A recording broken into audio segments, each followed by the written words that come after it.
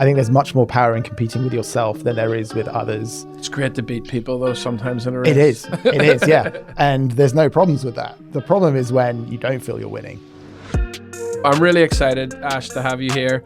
The theme we're going to talk about today is this idea of freeing yourself from self-imposed pressure. Tell us a little bit about why that's important to you.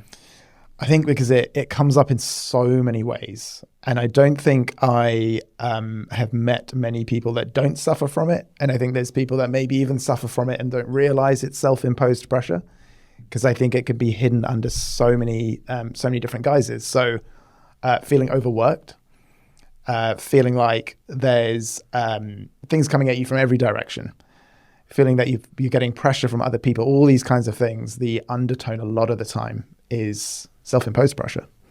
But it also shouldn't land as sort of blaming yourself for it, because I don't think it's something that's easy to control. I think it's just something to be aware of. Yeah. Tell us a little bit about the distinction between pressure, because we all receive pressure, especially in the workplace, probably at home for many of us as well. What do you see as the difference between kind of those external versus those internal self-imposed pressures?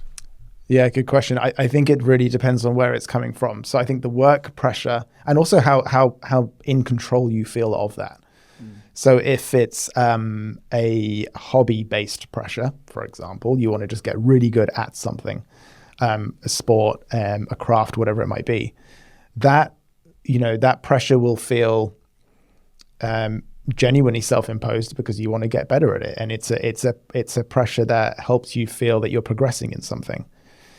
If it's pressure where someone new has joined your team and you feel you've got a new competitor and it means you have to change the way you're doing something, that's not going to feel great. And that's going to be a very different type of pressure, but it's still self-imposed. So I think the distinction, it's a simple distinction I've drawn there, but being aware of where that pressure is coming from, but the fact that it's all self-imposed, I think is really important. So I guess one more question before we kick off with your first point.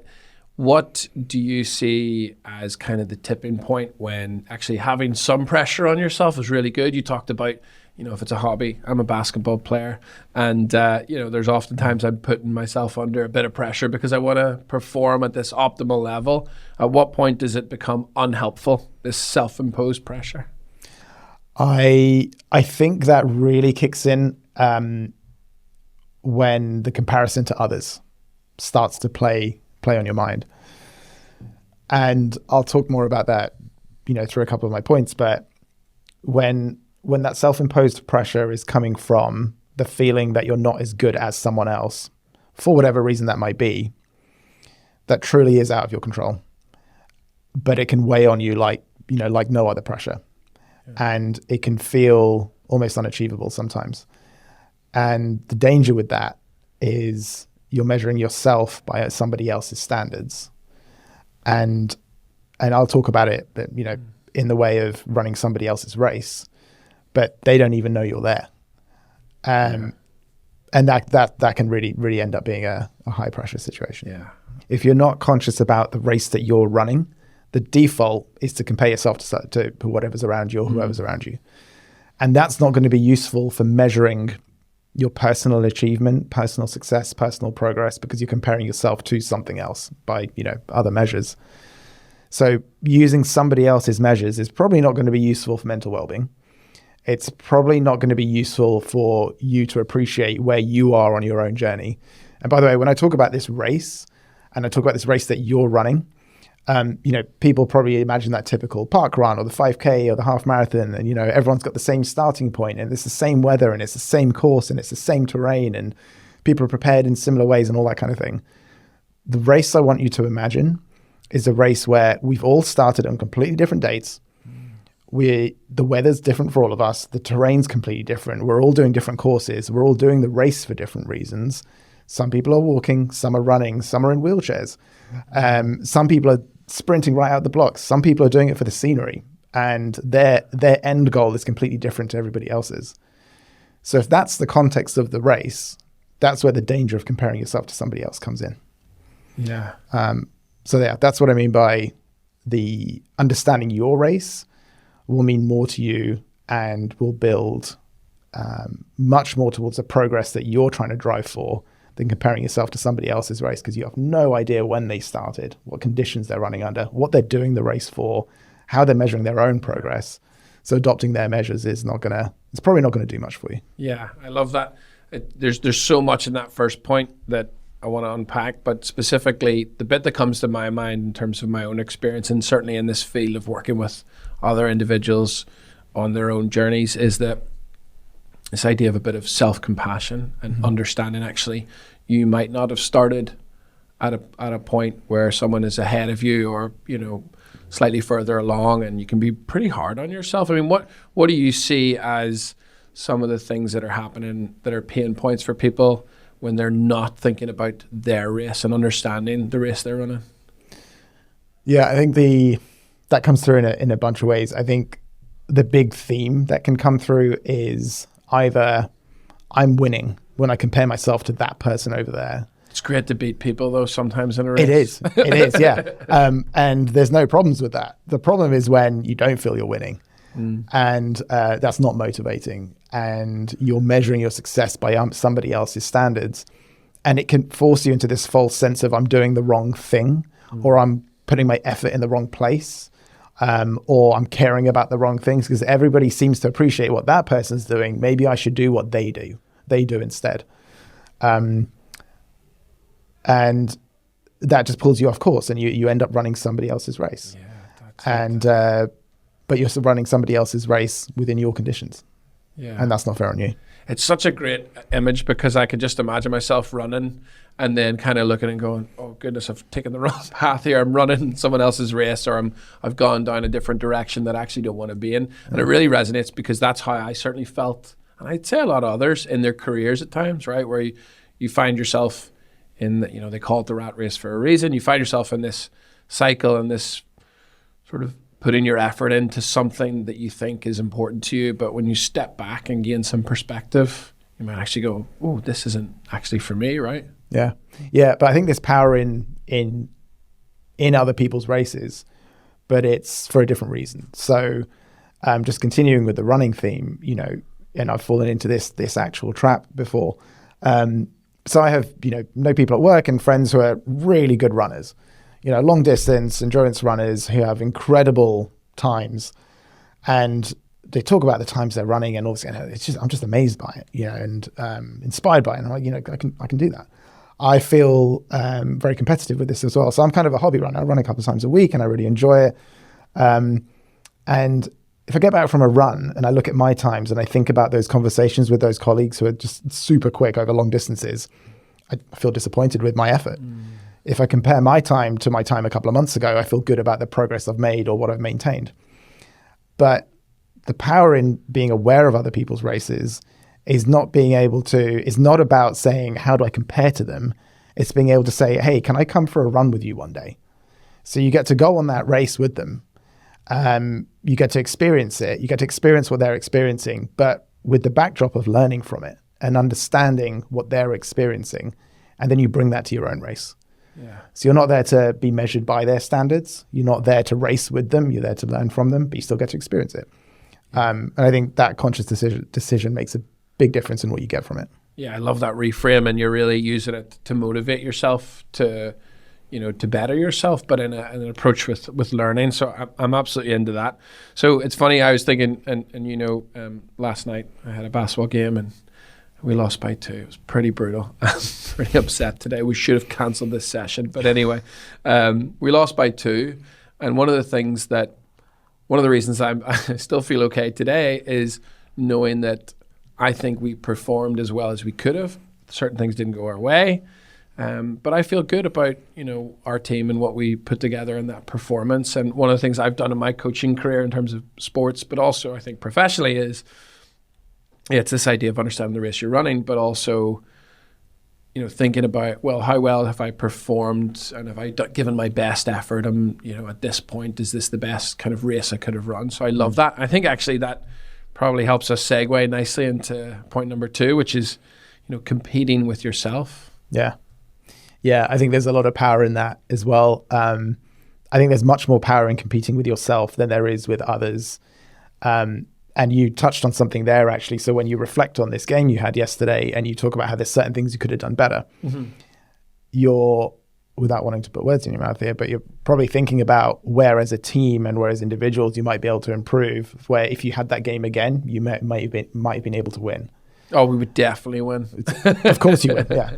So the reflection you're having there is internal as a team and as individuals on how, as people, what you could do differently or what you could do better, where the outcome would be different.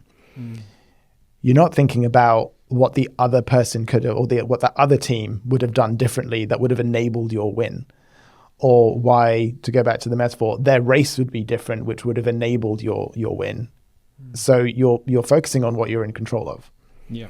So you are competing with yourself. And as a team, you're looking to improve from where you were in order that the outcome is a win against another team.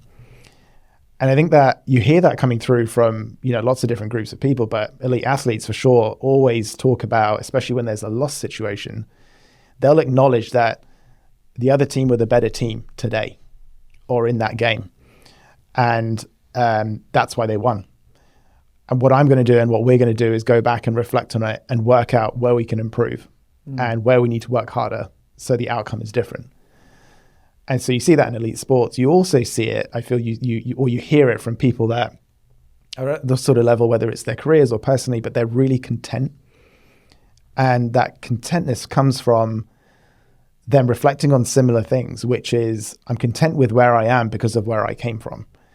It's never I'm content with where I am because of the person over there, or content with that person because of how I compare with that person I grew up with. The contentness comes from the comparison with themselves. So I think the competing with yourself is at the core of this, of appreciating, understanding, and really getting to know your own race inside out. So that need to compare to or join somebody else's race or measure yourself by somebody else's standards becomes less. And then that self-imposed pressure begins to reduce. Okay.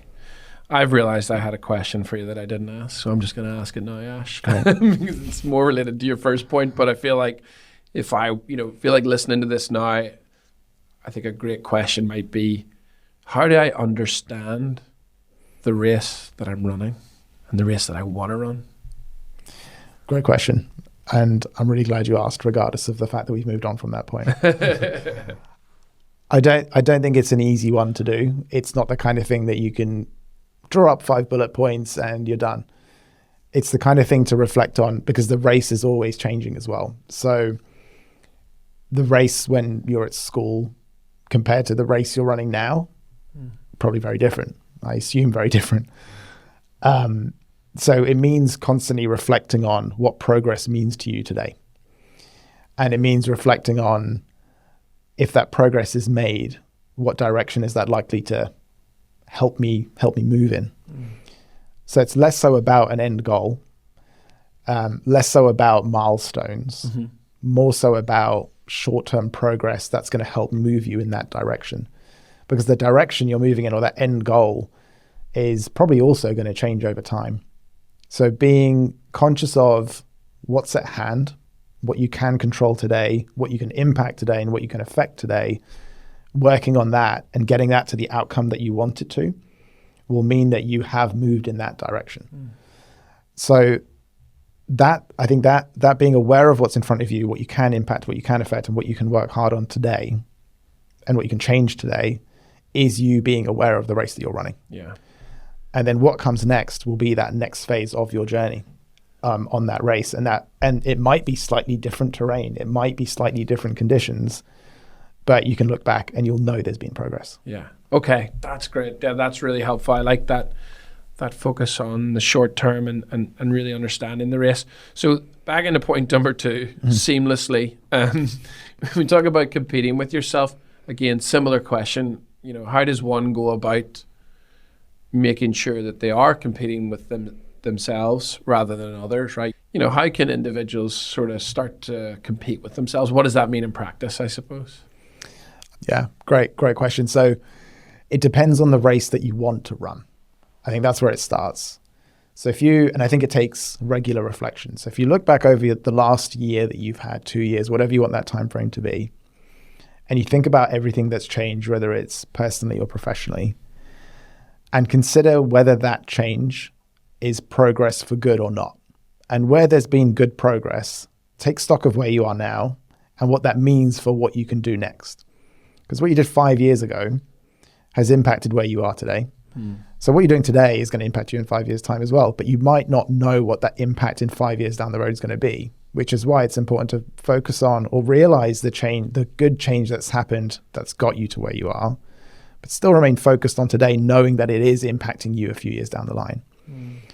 And when I mention being aware of the race that you want to run, that reflection over the last year, for some people will be nothing has changed. That's actually the progress I wanted to make, that I've become incredible at this thing because that's all I did.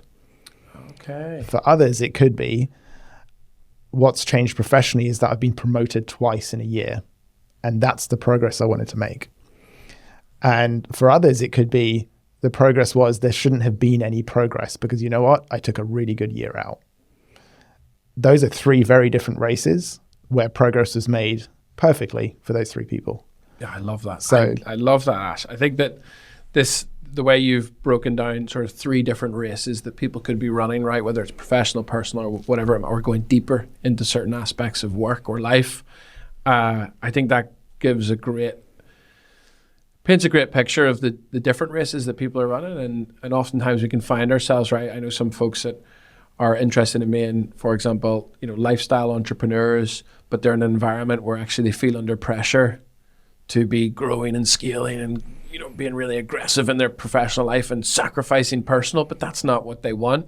No, I suppose that's what we're talking about with this, competing with yourself. Exactly that. And I think I was speaking to a CEO a couple of weeks ago, and he actually said he's constantly feels as though he's comparing himself to other CEOs. And if you think about CEO, that can come in so many different guises today. From, as you mentioned, like the lifestyle entrepreneur all the way through to a CEO of a, recently IPO'd company that's, thousands of people and, new investors and absolutely scaling and flying and all this kind of thing. The lifestyle is going to be completely different. But if you ask them both about the races they're running, they'll be completely different races. Yeah. But they're both CEOs. So the CEO race is never the same either. I love that. Well, that really drills home for me. I started People Playbook 3 years ago, and at the start it was just, hey, let's try doing some work and getting paid for it. And then all of a sudden it's been growing and growing. But we're at that stage now where there are times where I catch myself looking at incredible entrepreneurs who are scaling their business and growing, and now they've got a team of 10 full-time employees and they're doing this and that, and I think, oh, we're so far behind, we need to go. And then I have to pause and ask myself, well, hang on, what is the race that I want to run? Yeah. Who is it I want to be, and what do I want People Playbook to be? So I love how you've given that comparison of 3 CEOs could be in the same role but running a very different race. I think that's a great example you give of, 10 full-time employees is the thing that you decided to just quote out. Yeah, right? I'd love that in some ways. And you've quoted that as, you that was part of your description for why you judged that company as being so successful. And so you were on the edge there of maybe comparing your own business to that business based on full-time employees. And if that's the race you're running, then you've suddenly entered a race of how many employees can I have? Yeah. Which I'm guessing is not the race you want to be running. Yeah, no, that's a really good point. Jeez, it's like it's unlocking as we speak about, do I care about that sort of thing? Super. Let's move into point number 3 then. So your third point, Ash, is learn what optimum means for you. You need to define what optimum means for you and the race that you're running, because of all the factors that feed into that. So let's just take rest, work, effort as 3 factors to start with.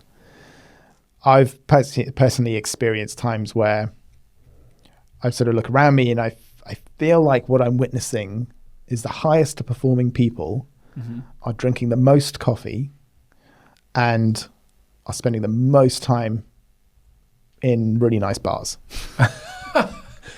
You know me well. And my perception was that those factors are contributing to them and their level of performance. And I quite quickly realized that that wasn't me, and it wasn't conducive to the race I wanted to run. So working optimally for some people, depending on where they are in their career and what they want to be doing, is working every single hour they possibly can. Mm-hmm. And you can have someone in a very similar job, or maybe even in the same job at the same company, doing exactly the same thing every day, but their version of optimum is being able to spend just as much time at home with their family as they do at work. Mm. And then there's all the other factors that come into it for everyone, like sleep and nutrition and screen time and commutes and crises and families and even accessibility for certain people as well, all factor into how optimum today might be. Mm. Thinking about the days where you feel at your best, having more of those days is going to drag the average up. So being aware of what optimum means for you and the balance of all of those factors like sleep and nutrition and screen time and commutes and crises and all those kinds of things that help you define optimum for you is going to be your starting point. So I found out what mine were, and I'm still working on them, but I know for sure that there are 2 or 3 habits and rituals and personal routines that help me have, on average, a more optimal day that if I did them compared to than if I didn't do them. Oh, I hope you're going to tell us, because I'm so curious now. It involves a flat white. Does it? Okay, yeah. Good, because I thought you were going to swear us all off coffee or tell us, hey, ditch the coffee. Well, for some people, it might be no coffee. That's just it. For me personally, it's really, just a couple of really small examples of those routines. I need to have some kind of physical activity every day. And it has to be outdoors. I really enjoy my coffee in the morning. And funny enough, I really enjoy making my coffee in the morning. And that in itself, that ritual is just a bit of thinking time in that. And I've realized that those few minutes really matter for some reason. I haven't worked out why yet, but they really matter for some reason. And then it's reading in the evening is just a really good wind down for me. And sometimes it's 3 or 4 minutes, sometimes it's 20 minutes, but it's never really longer than that. But there's just a few examples, just tiny rituals and habits that help me feel that day has been closer to optimum than not. Love that. But the bit that stuck out for me and what you shared that I haven't heard it described as well as you've described it is that these dips and highs are actually really important because it sounds like it gives you great information and data about how to better optimize and how to sort of, move towards a place you want to kind of work from. Yeah, I think so. And it's not necessarily about full-on analysis of that day and then trying to make every day identical to that day because it went well. It's being aware of the factors that you can't control that also contributed to that. It's being able to reflect on that day, on what it was that contributed to that feeling of a better day or a higher day than the previous one. Yeah. And take stock of it and see what you can take from it. So it's, no 2 days are going to be the same, but there will be certain things that you can control each day, which can be the same, which contribute to that feeling of sort of dragging the average up, as I say. No, I really like that, and I love that you're also. It sounds like you're giving us all permission to say, look, it doesn't have to be, a cookie cutter of a week where everything is the same every single day, because that would be kind of boring, I think. My question to you, Ash, is around, what about folks that are working really hard and actually they do have to, they have to have a bit of imbalance for a short period of time. How do they still make sure they're optimizing? I think that the trick is to not try and ensure you're always optimizing. Okay. If I'm honest, because there's going to be those days where you don't have time to make a coffee, or you run out of it, or there's no milk in the fridge, and so you have a black tea and you really don't enjoy it. And then you forget that you had a 9 a.m., you rock up at 9:10, and these people are waiting. The day just, the knock-on effect happens. And there's going to be those days. And so it's not about getting to the end of that day and thinking, wow, that was a really bad day. It's just about acknowledging that day was a dip day. And so what it is about tomorrow, that's not going to be a dip day. And trying to make some decisions around it. But they're unavoidable. So this isn't about curating every day to be as high performance as possible. It's being aware of the things that made the day not as good as you would have liked it to have been, and therefore thinking about how tomorrow might be different. Oh, Ash, this has been really insightful. I'd love to wrap the conversation up, and this question, we like to ask to really summarize the kind of 3 points you brought to us, which is, how would the world change if we all implemented these points? Yeah, I mean, that's a big question. But we think so too. Yeah, but it's a great question to ask, because I think if we all get better at understanding the races we want to run and the races we are running, we'll also get better at joining people on their races to learn from them and maybe even help them along the way. And so that pressure to compare ourselves to others will reduce. That self-imposed pressure therefore reduces. We'll probably begin to appreciate more of what we do day to day and be a little bit more in the moment, be able to reflect on the past and be considerate about the progress we've made, and therefore think more so about what we do want to achieve moving forward, and it being less about somebody else's measures. And so the impact on teams and working groups is you're going to get more diversity of thought because people are running their own race. And they don't feel the pressure to say the right thing. They're going to be talking about things that are relevant to them in their race. And for people personally, I think we'll all feel much more satisfied with just where we are in our own lives for our own reasons. And I don't think you can get better than that. You absolutely can't get better. That's amazing. And I hope to your point, and I love that you focused on how this will help others. And I hope that anyone that's listening to this who has been putting themselves under unnecessary pressure about running someone else's race is listening, going, actually, this is great. Ash has given me permission to take a step back and think about who I am and what I care most about. So, I'm so grateful. Thanks so much. This has been the first ever in-person recording of 3 Points Podcast. What a pleasure. Thank you very much for having me.